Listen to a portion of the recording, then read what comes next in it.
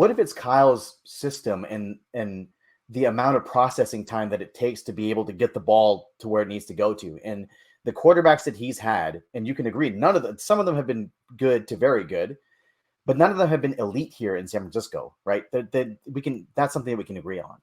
And elite quarterbacks, they excel at processing. And that's something that you hear Steve Young here all the time, that he says that all the time, is processing speed.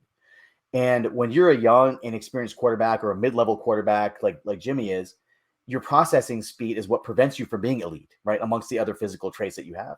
So maybe it's the speed at which they process is not fast enough to be conducive to be effective in this system. And it causes them to hold the ball, which opens them up to taking more hits. Like, look, Trey's thing was kind of like a freak thing. He ran he ran into the fattest part of the line and he got hurt. But like with Jimmy and Purdy, they were holding the ball and they got hurt in the pocket because they're waiting for stuff to happen.